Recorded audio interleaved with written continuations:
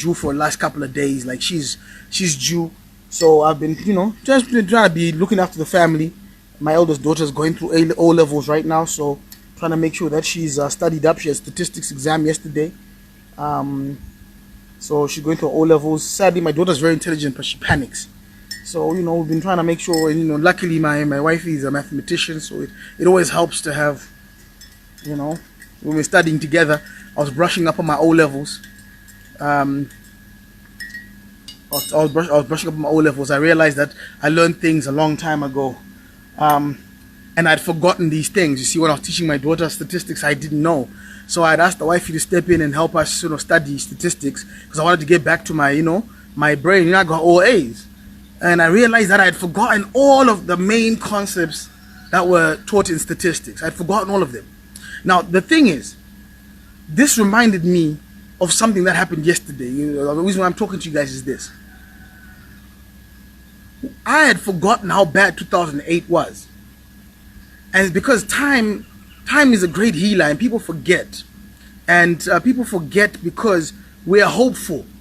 People in general are hopeful. You see, people have children in refugee camps.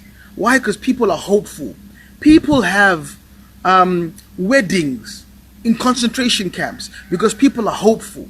We are a hopeful nation. We're hopeful people, and people in general, the humanities are hopeful.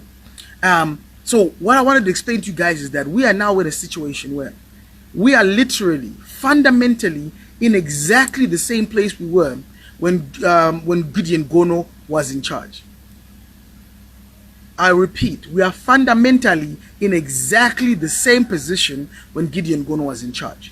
Now, you have to remember vividly what they did to the foreign currency accounts before.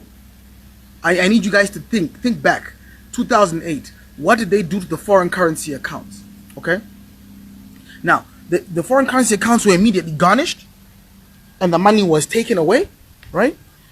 And they were converted over to junk money, and people lost thousands. I mean, I know my parents lost a lot of money. They also woke up and the value of the money of their cards, as far as in the banks, were literally wiped away. And again, in those days, there was two forms of accounts. There was a foreign currency account and there was a local money account. Now, all Mangudya has done is he's changed the language that Gideon Gono used. So instead of calling them bearer checks, like Gono, Mangudya calls them bond notes. Okay? Do you remember the checks of old? Those checks have now changed to, remember, check bank to bank rate, they've now changed to RTGS. And now there's a foreign currency account. Now what they want you to do, is they want you to put your foreign currency in their accounts, because they say, oh, now we've siloed off the toxic Zim dollar with the foreign currency accounts. But Zimbabwe has no property rights. They have no property rights. There is nothing that stops John Iscariot Panonetsa Mangudya from coming in and taking your money again. Nothing stops it. Now, I'll tell you why I say this. And remember, I'm not swearing because my mother-in-law's around, so I don't want to be swearing. The reason why John Mangudya wants to keep us in this weird psychological loop is because they need to mop up the remaining US dollars. Right? They need to mop up now the thing is, I have met John Mangudya. I want you to go on my timeline and go 2 years to the day. 2 years, go back 2 years today, and then a couple of videos before, and you will see a conversation I had with Mangudya, with Pastor Ivan, with Fadzai Mahere, with Rasta Marshall, and so forth.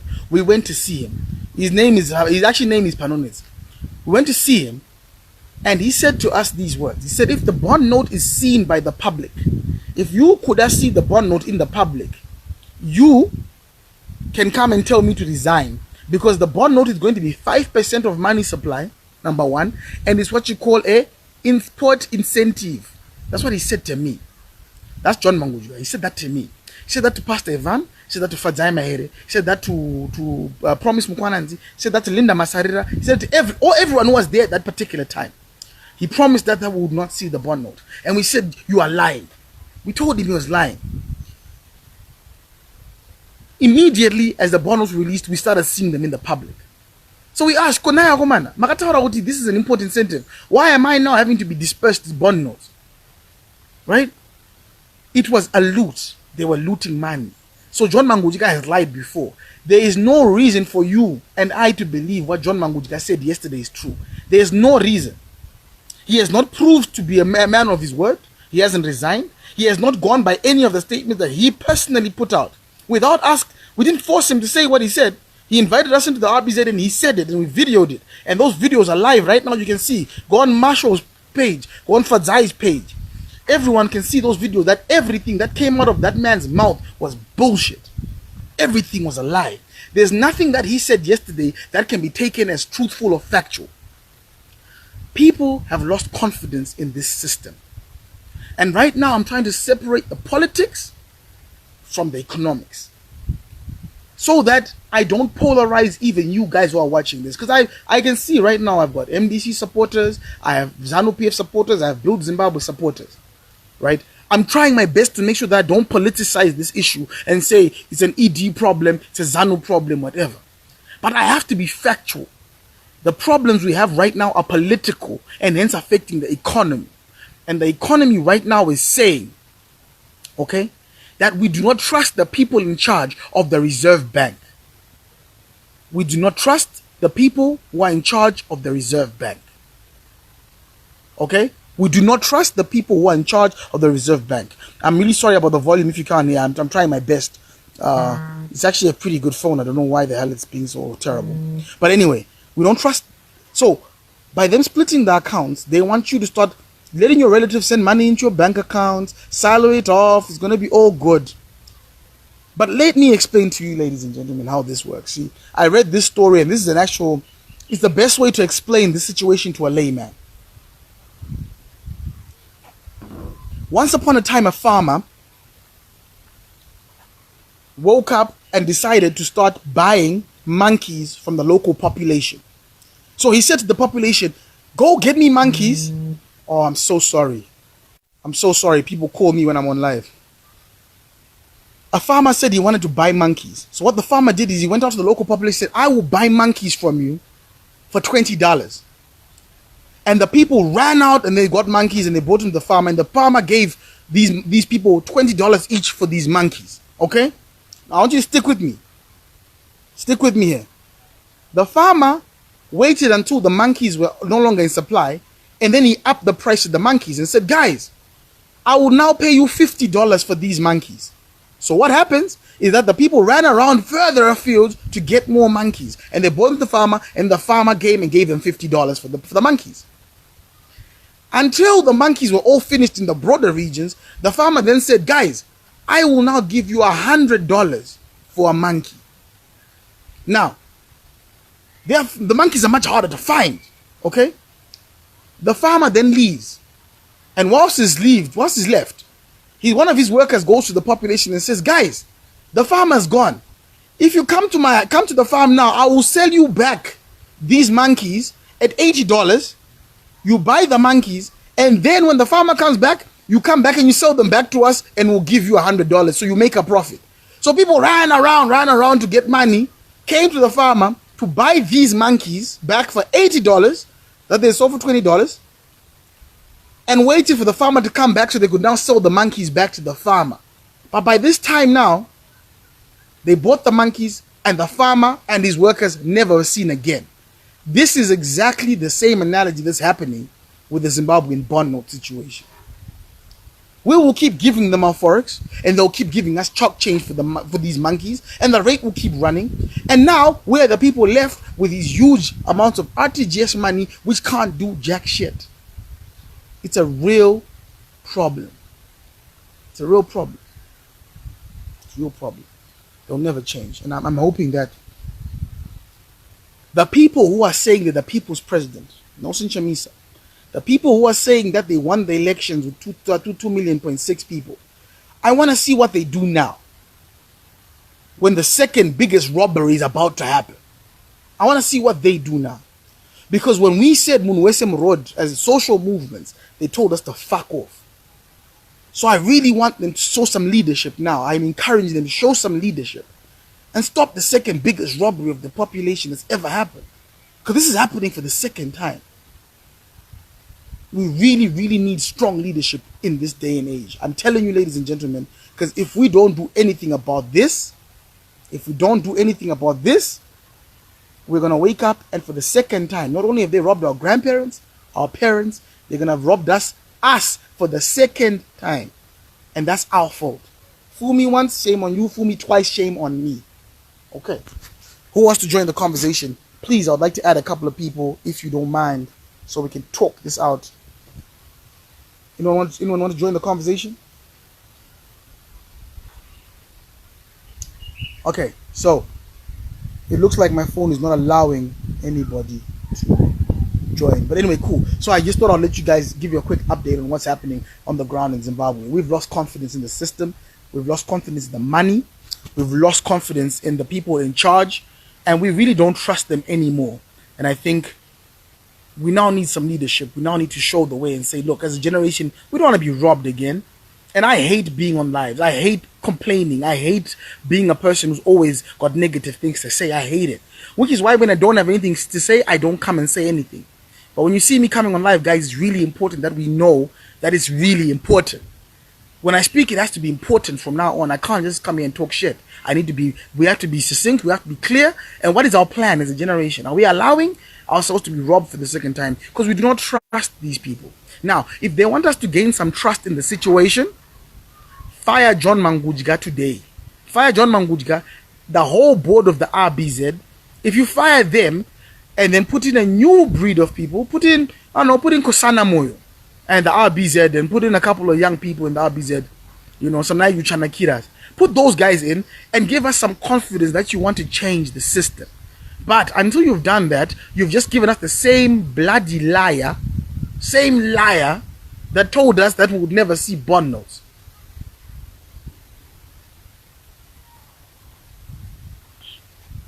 Someone asked me, so do you trust the MDC guys? I don't have to trust them. I do know that there are a lot of good comrades within those ranks who are representatives of the people. They were voted in by the people. A lot of them have strong mandates. Joanna Mamombe, Charlton Wende, these people have strong mandates to lead their people. We tried to get a mandate in Mount Pleasant, we didn't get it. But Honorable Sam Banda did get that mandate. So these people are ordained leaders through the ballot box. We need to trust that they are the leaders that we voted for, or that were given the mandate by the people to actually step up, right? Because we are not elected. It's hard for us to keep saying stuff like this because we're not elected leaders. We need to see our elected leaders step up. That's what we need right now. Now you're trying to get as a failed banker. Well, is he a bigger failed banker than Mangudya? I don't know. Todd, do you remember the flack we got for the opposing bond notes? Todd, we were called lunatics. We were called idiots. People ridiculed us. People like Jonathan Moyo and Edmund Kudzai, who are now communications by proxy for the alliance, laughed at us as we got beaten and tortured and put in jail for opposing the bond notes. And look where we are today. 2 years later. Exactly what happens. Now we're trying to buy back monkeys, trying to sell monkeys that are worthless. They're worthless, guys. It's nonsense. Yeah.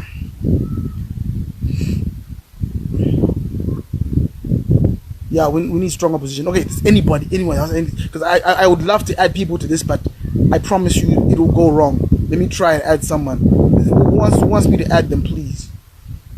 If you just request, I can add you. Who can be added?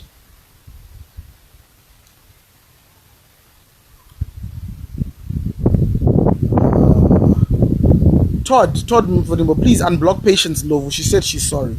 She says probably you can't see this, but she says please unblock me.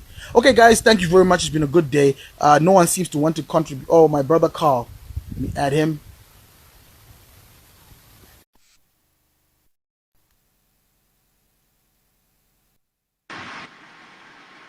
Brother, how are you? What up? Talk to me, man. What you have to say?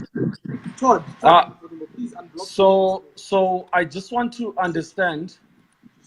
Sorry, can you hear me? I can hear you clearly. I just want to understand, what is the role of Parliament? Where does it come? Does it come before monetary policy or after? Because surely this has to be debated in Parliament before it can be ratified or passed or whatever it is. It has to be interrogated. Yes, so Parliament should have discussed this issue beforehand, because they need to pass a law to ratify this RTGS money that now exists in ethereal land. But there's no legal framework for this money. It's bogus. It's magic money. It's voodoo money. The problem with voodoo money is it can't buy anything in the real world. So what we do is we're passing a hot potato of voodoo cash without parliamentary backing. And they're saying it's backed by these treasury bonds, but these treasury bonds are worthless. So there is no parliamentary oversight currently to Mangudya. He's a law unto himself. Him and the president are a law unto themselves. Okay, so there's just one thing that maybe we're not paying attention to, is the market dynamic. I think we are assuming that we are in the age of Gono, where you could just pass things and people are just going to act the same way. I don't think it's as you say it's going to be. I don't think people, businesses, or anyone is going to show any confidence in something that doesn't deserve any confidence. What I mean by this is that it's not going to be. I think the whole element of being hopeful. Let's just look at the fact that the government has failed to get anything passed from that $100 trillion note. So even the bond notes in themselves created this quasi-economy, which the Reserve Bank governor and a lot of officials in the Reserve Bank actually acknowledge that there's 3 levels of currency that are operating in the economy at the moment, which goes to show that the market is basically just rejecting it. It's not a case. I think also Zimbabweans need to also be aware of the power that they have as a consumer. Like, so for example, I have now refused to acknowledge that I need to pay 100% to get US dollars for anything, and I've refused to sell a product. Do you get what I'm saying? I think it's not as easy. It's not as easy as the Reserve Bank is alluding to. They might be a little bit naive in thinking that right now the biggest mistake that they've made is that they are saying that there's FCAs that are going to exist. But how do you convince me to put money into a foreign currency account? Why would I do that? You can't. You can't. Yeah, they can't convince me. So at the end of the day, yeah. So at the end of the day, why would I even bother? Like right now, about the economy, with regards to how they work with their families in the diaspora, how money actually moves, cryptocurrencies, PayPal. I think people are actually operating on a level where the networks, you see, it's very different now to the time Yagono, because social media is not at play right now. We're able to decipher between fake news and what's real. But I believe right now, I prefer to say a watch and see.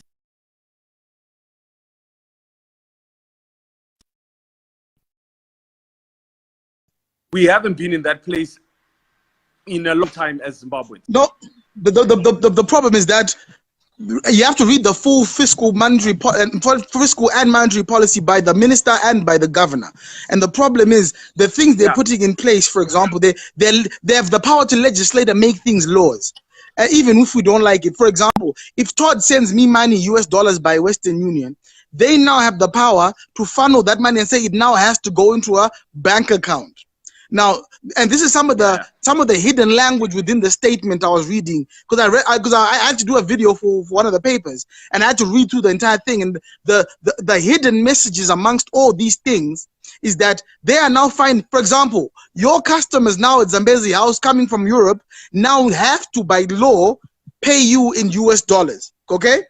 Because they're foreigners. Now, now the thing is, when we're in this space, right? What they are doing for me is fueling a parallel market, because here's what I know happens. If you force people to use US dollars in your market, let's say Zambezi House, the person who controls that US dollars is the person first receiver, is the waiters, and the people who touch the man, correct?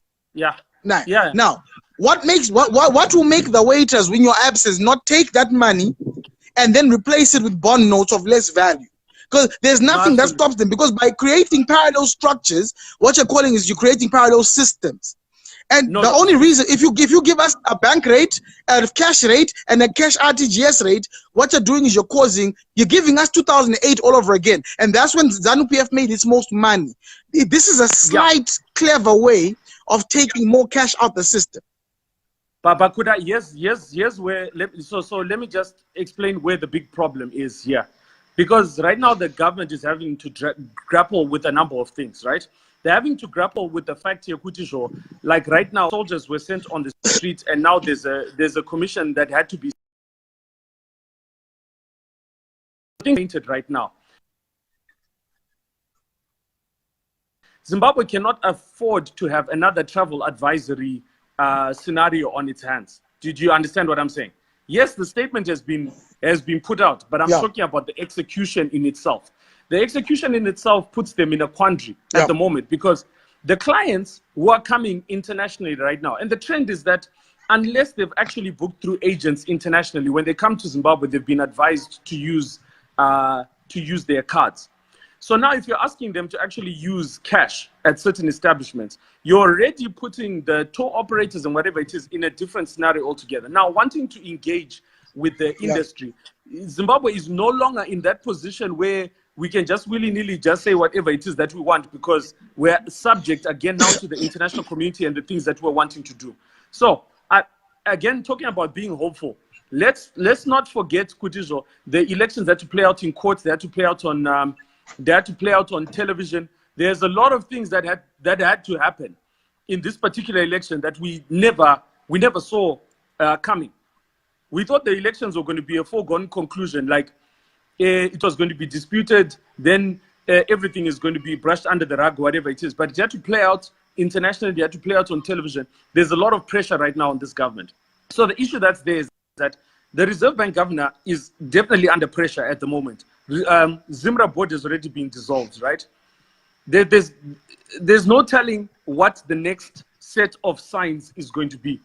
This could have been an opportunity to show what your solution is, and if the public rejects it, we all know that there's a different vibe that's going on, guys. It's not just. But the thing is, I'm sort of concerned, my brother. I'm really concerned that people like you as tour operators out in Vic Falls, which is our biggest tour destinations for tourists, but we're not consulted about the logic of this fucking statement. They didn't consult anybody.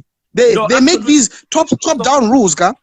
And I think I find these top down rules quite annoying, because they don't think about the implications for people like you who are tour operators. They don't think about people, for example, these truckers who now have to pay in Forex and so forth, right?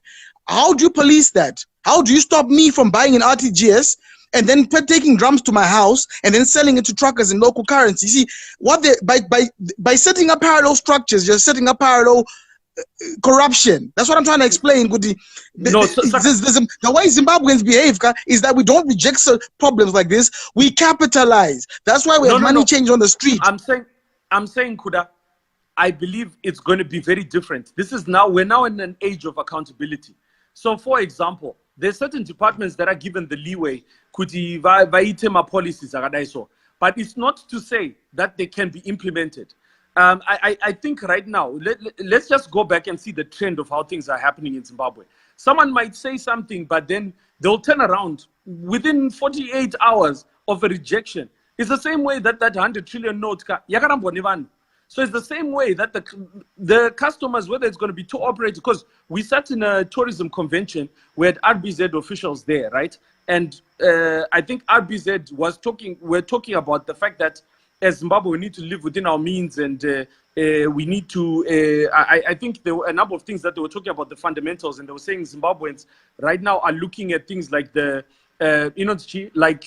rates going up and stuff like that as being a symptom, but we needed to fix the fundamentals.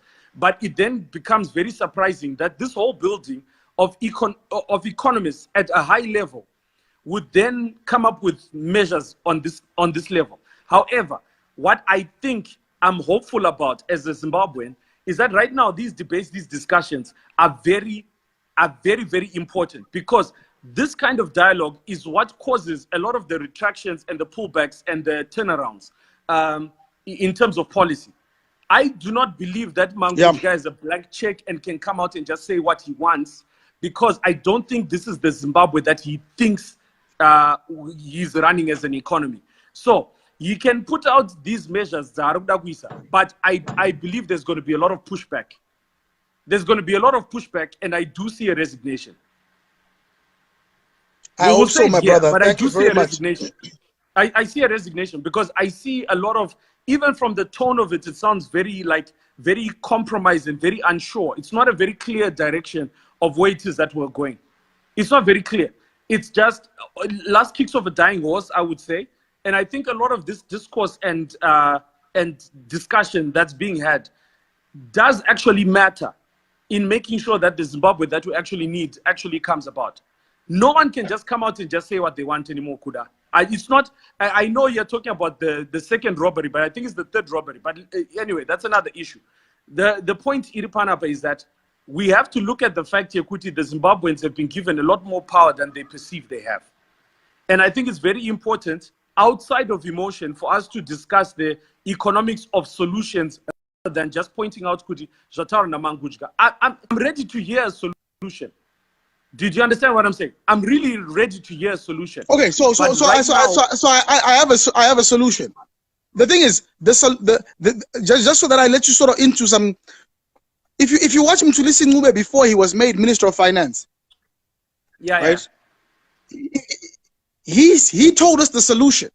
He was like, we need to demonetize and remove the bond notes. We need to join the Rand Union, and then we need to allow ourselves to develop as an economy when we not have actual control over our own fiscus for a little bit, right? That's what he said before he became minister. I want to know what has changed. Now that he is now Minister of Finance, why has he retracted and gone backwards in time and actually now said that he's now willing to accommodate these bond notes?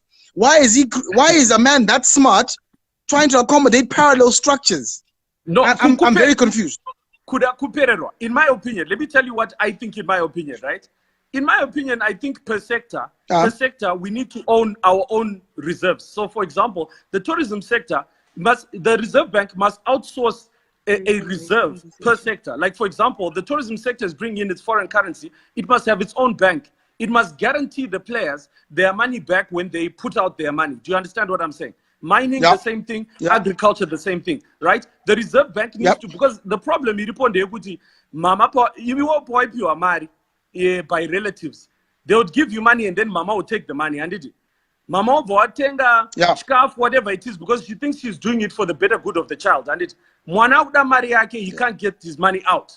So Tenaya can't get the money out when Kuda Musasiwa gives her $20 for passing her exam. To my point. And this is, you cannot have the same person who's running the economy from a financial perspective being the same person who actually keeps the money. I mean, that's why the Federal Reserve in America is separate from the government.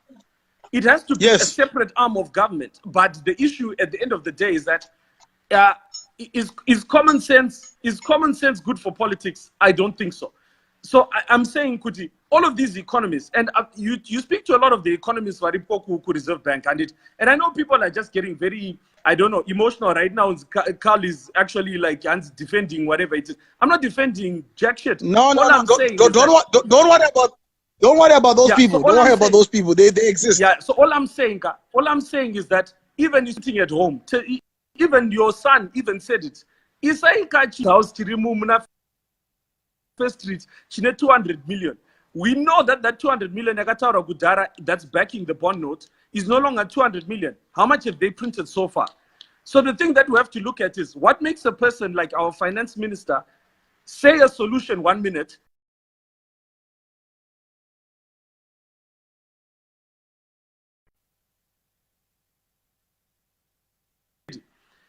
there's 2001 problems I report in running a restaurant, and all of my staff will say, "Sir, why aren't you putting a billboard?" And I'm like, "No, I can't pay a salary." Uruzu, my point. I'm very happy to hear. I'm very happy to hear suggestion. But so far, what we're very good at as Zimbabweans is literally just debating what's there, but not being think tanks. No, the thing is, I think, you know, in defense of everybody, right? The thing is, people understand things at different levels. And the thing is, what I've discovered is that sometimes these platforms give us an opportunity to conversate. Now, when people, for example, label you, the Akal is defending this, and then you label people to be dumb or complainers, it's like we're not finding bridges of connections between us as a generation. What I'm trying to do is bring people together. First of all, let's understand the problem. The problem is very simple. You cannot create parallel structures. Number two, the situation we have right now with these bond notes is there's no fundamentally legal framework for them to actually exist. Like, you can't take this to the International Court of Law because these bond notes are a fallacy. They're from the imagination of Mangudya. The third thing is, we want to understand, why is Mthulisi Ncube a very smart man who had great solutions for us before the election, and then he was made what's he called? He was made the minister. Why did he change his mind? What happened? We have video of him saying certain things. Then the fourth thing is that, can we believe what Mangudya says to us? We have sat with him in the Reserve Bank. People like me, people like Pastor E and Zaima, we went and met him. And literally, he told us blatant, faced lies, Carl. He lied. He's a fucking useless liar. Right? So, we have those four major problems. So, when we know the problems, I read you the other day, you spoke about siloing banks for different industries, and I agree 100%.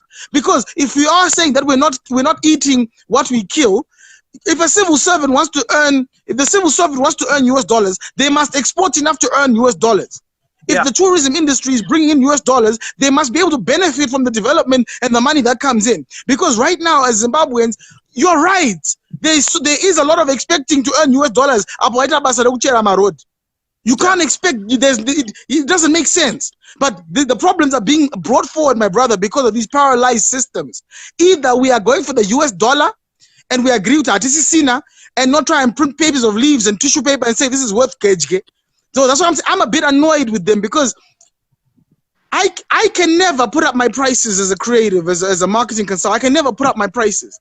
But everything around me has gone up 3 times. And this is the problem I have. You might be saying the same things. Yeah. So I'm agreeing. So I'm agreeing with you. That's what I'm saying. I love your platform. I love your platform, and I wish there's more. But I just wanted to encourage you, Kuti, don't resign to the fact that they're going to get away with it. I don't think that's that easy. If you notice, Kuti, Mpofu even said, I've never seen a diamond before. We all know how that story ended. Urunzi, is my point? Yeah.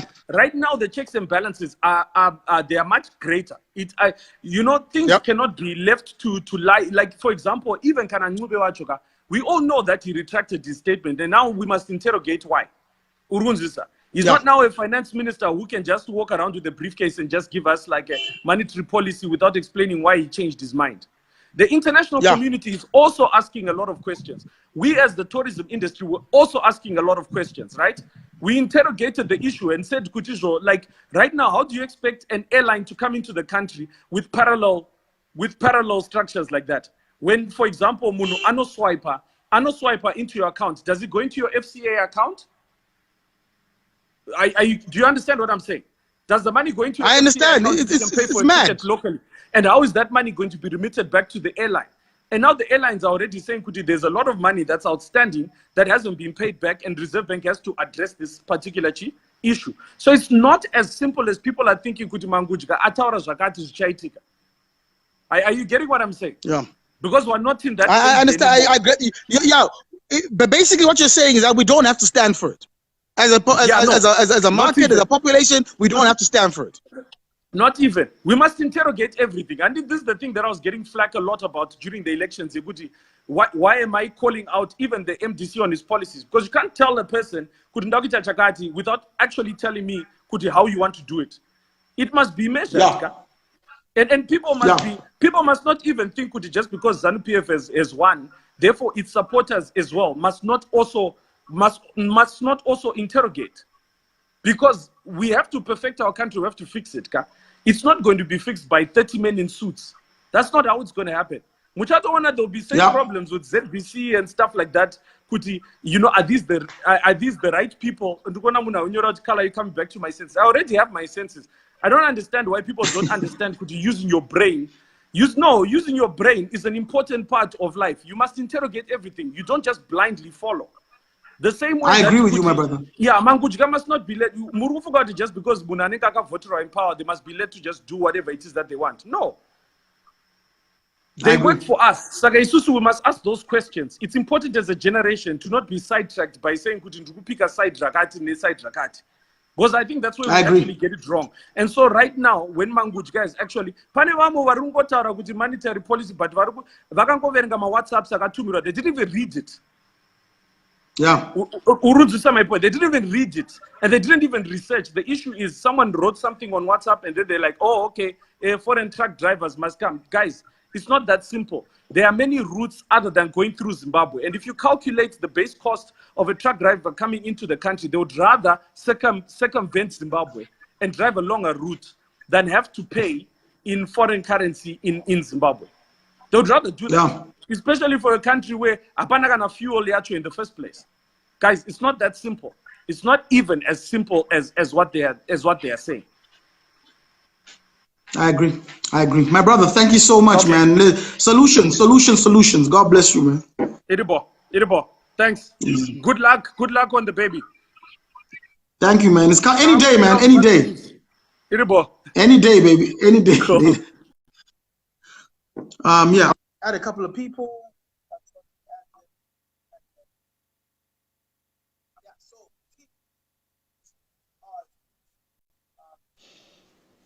Outrage. Hey, Bati, how are you? Hi, Kuda. Thanks for bringing me in. A lot of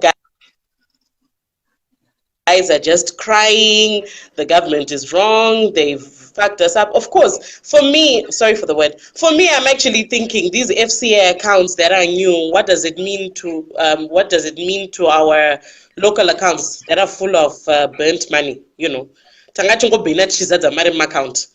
Now, FCA account, what does it mean about those accounts? Does it mean kutishoni vacha ita wipe out putison kesha vakambo ita 2007, 2008 pipe. Total atisisina marima account. Then you need foreign currency. You need it from an FCA account. So your money goes to naught. But then the truth is, we have an opposition. We have a parliament. We have people out there who say they are technocrats. And what are the solutions that we can fight for? Yes, we can say we want to go in the street and what, but we can't just be fighting to refuse.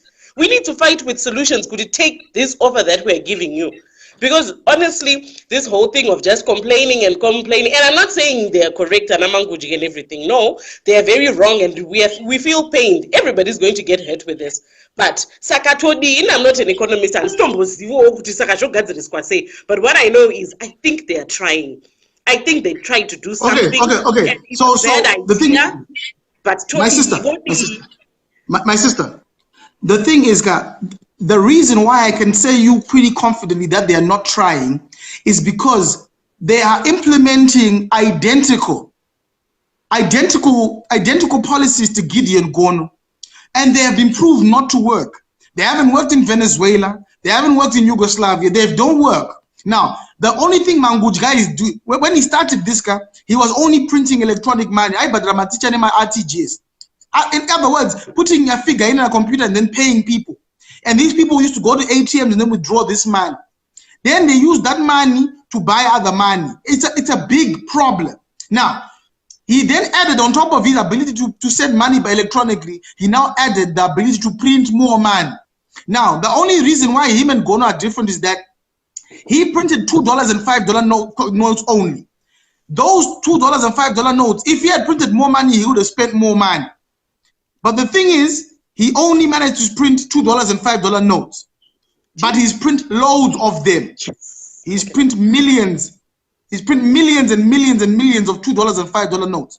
So everywhere you go right now, these money changer guys have brand new notes in bags, brand new, with sequential serial numbers written 2006. What?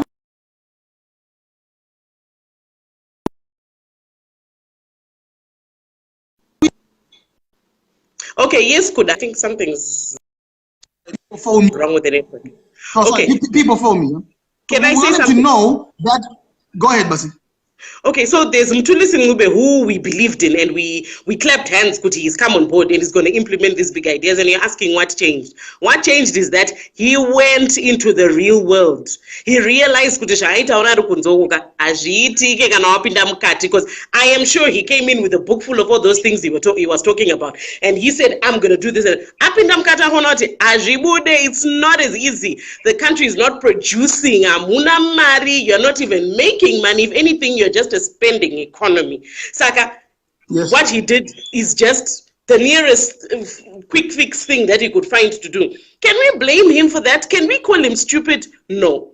But you know what? I think when any of us, including opposition or the technocrat or people who are so smart, I think when they get into the cooking pot, they will actually feel the heat. And right now, guys, I think, yes, we can protest, but I am looking for a solution from whoever to fight for. Because this. Do you think Mangudya?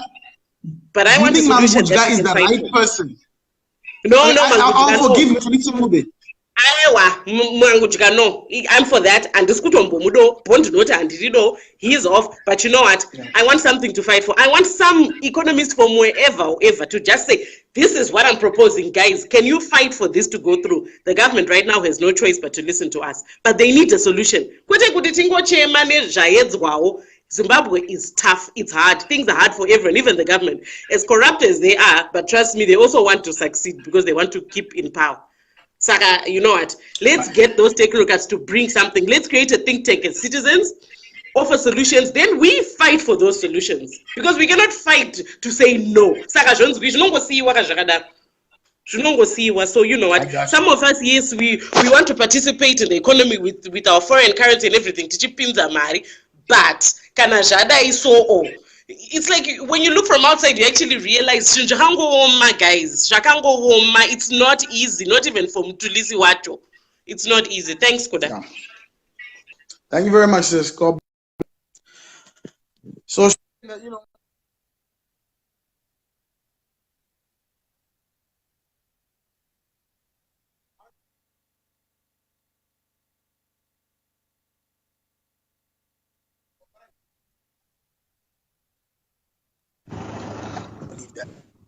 David Navuga.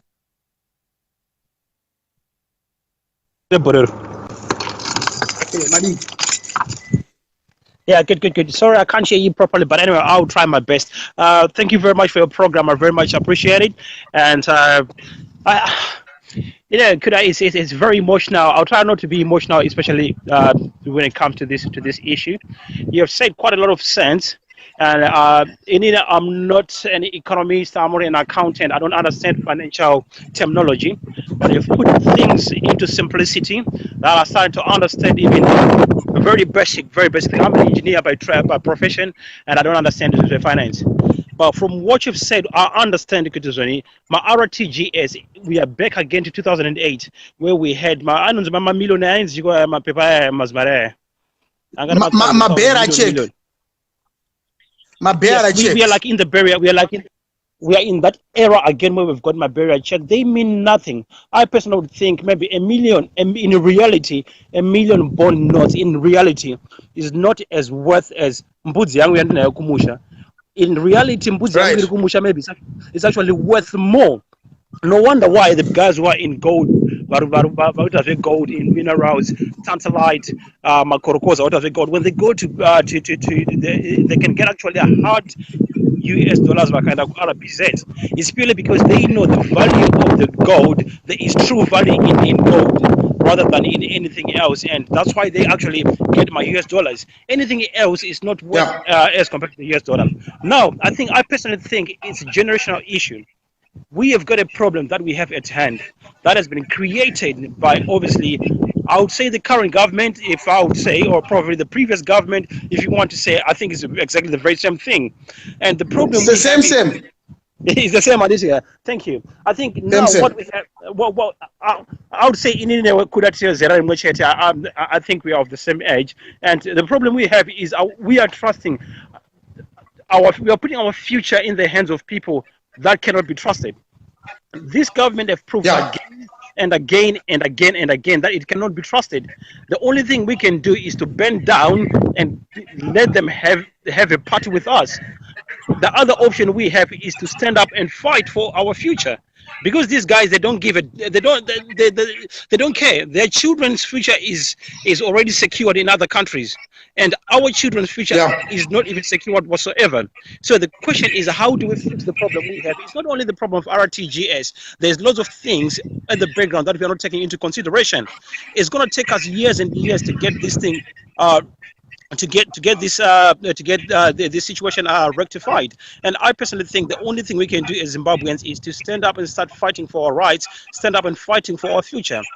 It's either by going back Murodi, if it makes sense. If going to Murodi again, I'm not saying on in Munorwa, probably peaceful demonstration. But patakati vanhu vese murodhi hamuna kuuya vanhu makati siya tiri tega tikasunga tikamamiswa rafu. Kuda, don't be like that. Kuda, come on, Kuda, don't be like that, my brother. Look, there's lots of people that I know who came. I personally nandri Murodi newe. Even though that's what I'm going side now, but nandri Murodi newe. Can I next time? I'm up for Murodi purely because at the present moment I can say that the youth of today, we don't have a backbone to fight this evil generation we have. They are clueless, one, and secondly, they're as evil as it gets.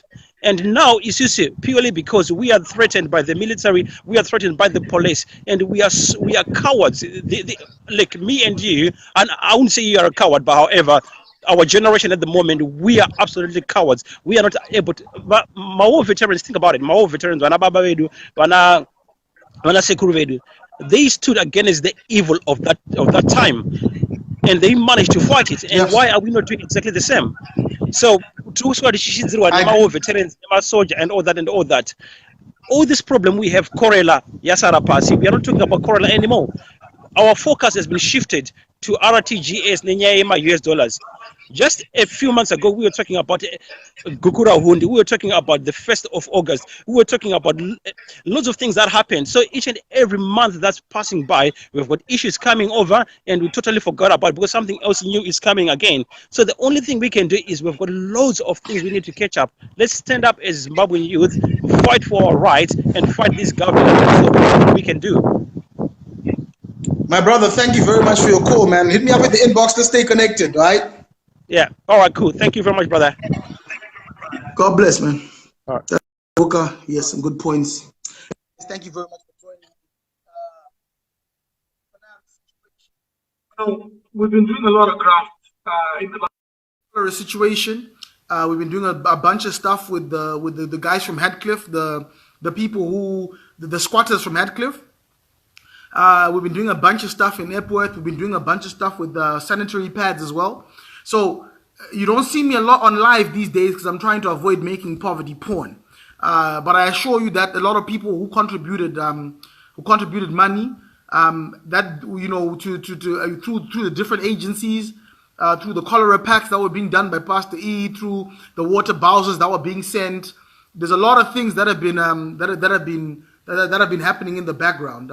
My brother Todd, I'm trying to add you. I don't see your icon. Can you request that I add you, Todd? If you request. So a lot of things. I mean, it's something that my father said to me, that if you do something for somebody, that's what you call charity. If you do something for somebody and then tell everybody that you did it, that's now doing stuff for your own ego. So I assure you, it's not that we don't want to be going live all the time, but sometimes it's not good to always be povertizing porn and making people see how terrible things are. Sometimes it's also good to bring some hope in the situation. You know, we all have children. We all have we all have hopes and dreams for our nation.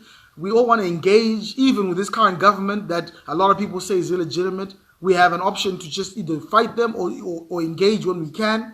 And the reason why we're having this conversation about money is because we feel that it's not fair that the generation, our fathers, our mothers, our grandfathers, our uncles, our aunts, our generation, we've lost money so many times through mismanagement and bad policy.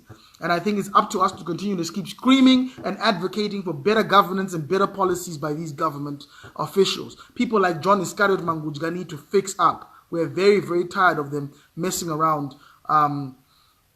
They're very, very tired of messing around with our lives. So I'm very grateful for everybody joining me on this conversation. Please keep an eye out for what we would. We are hoping that we really go hard and engage the Minister of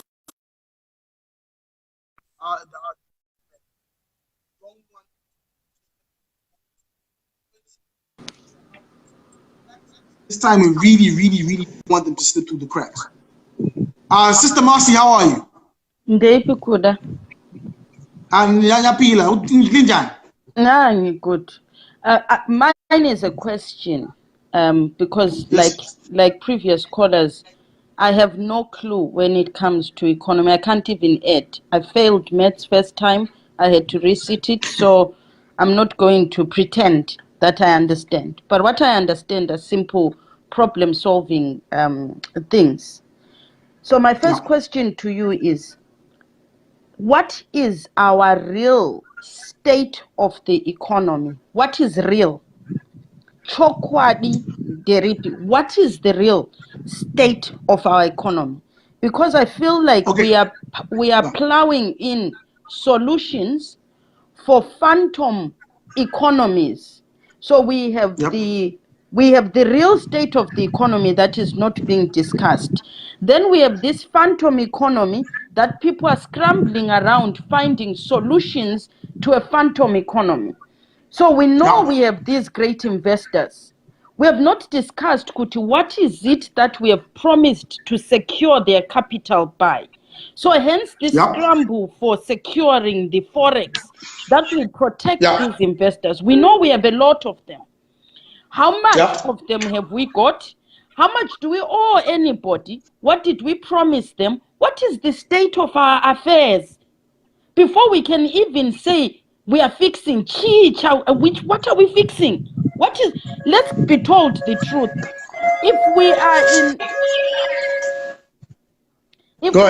If we are in a bad state of affairs, can we just be told the truth, Kuti?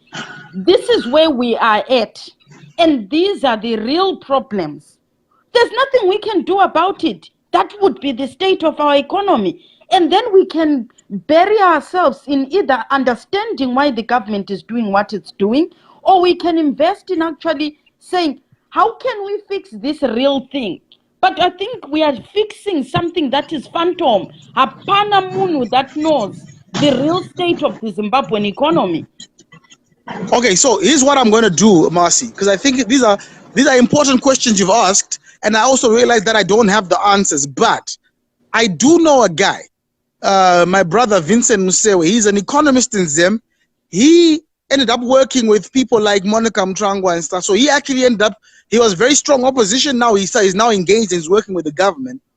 I'm going to ask him if I can do a live with him tomorrow, and I'm going to ask him these questions exactly how you've asked, because I also want to know, is there an economy to speak of? Yes. Are we all delusionally speaking of nothing? Yes.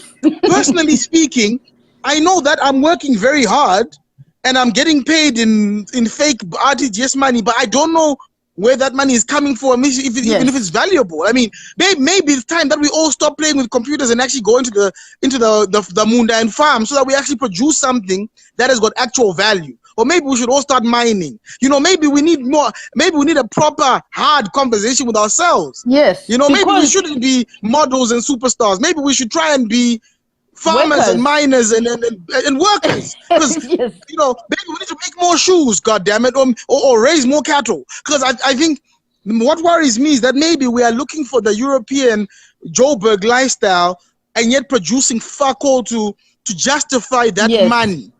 That we want. And the reason I asked, do we deserve the US dollar? Do we deserve it, guys? No, the reason I asked is I've been trying to ask anybody who knows anything about anything. And I've never seen anywhere in the world where a country comes from the pits of hell and it promises people a bounty.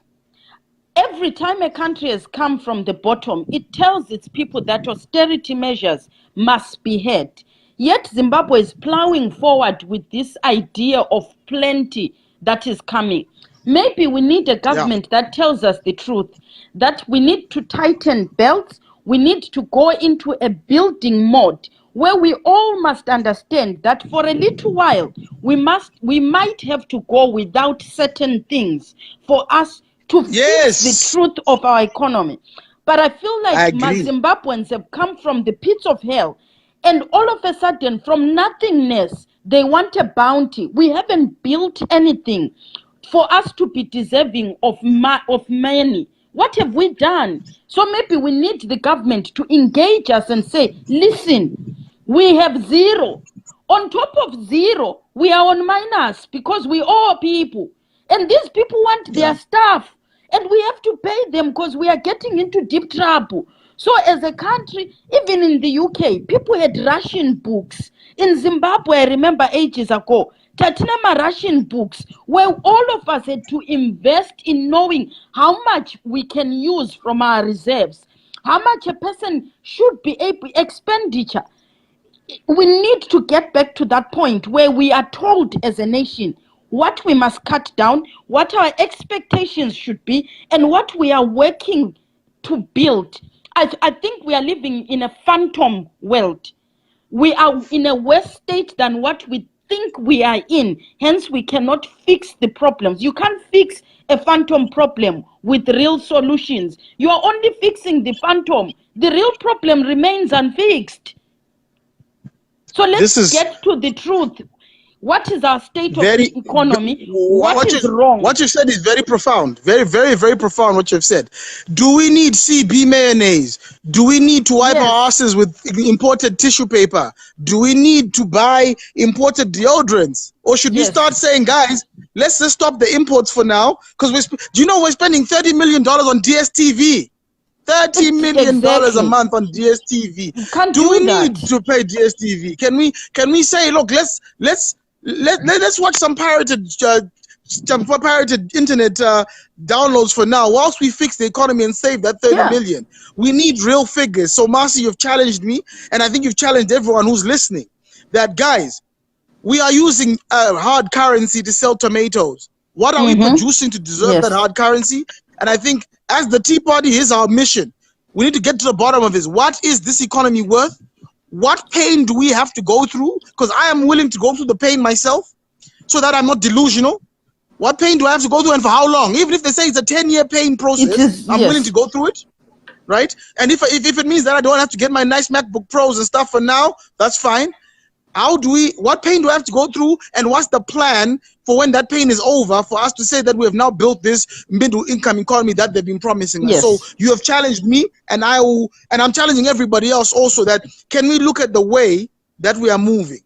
Can we look at, Marcia has just said some really profound stuff like, are we just crying because we like things? Because if we just like things, then we should stop crying, guys. No, we need to export. We need to produce. We need to produce stuff that's exportable. How many people are making stuff that they can send overseas to sell and bring in forex? So maybe these are some of the conversations we need to have by ourselves as people, and because we're fair here, we try and be fair. Are we trying to get Mangudya and Tulisi to fix a problem that's unfixable? That's another question we need to ask. So I promise you, I'll try and get someone like Vince or an economist tomorrow, and we'll go on live and see what are the solutions we can come up with. Because tonight, BT always used to say these words: let's eat what we kill. We cannot just eat. We must eat what we kill. Yes. And so thank you so much for challenging me. And let's go and thank find you very the much truth for challenging and me. accept the truth. All right. Marcy for president. Thank you very much. I'll close off the conversation on this. Thank you very much for Marcy.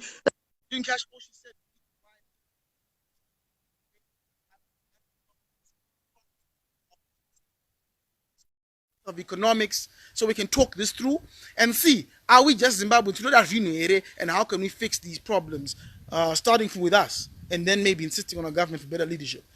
Thank you very much for joining me. This is the Tea Party. Thank you very much. We're engaging. We're trying to come up with solutions these days. God bless you. Bye.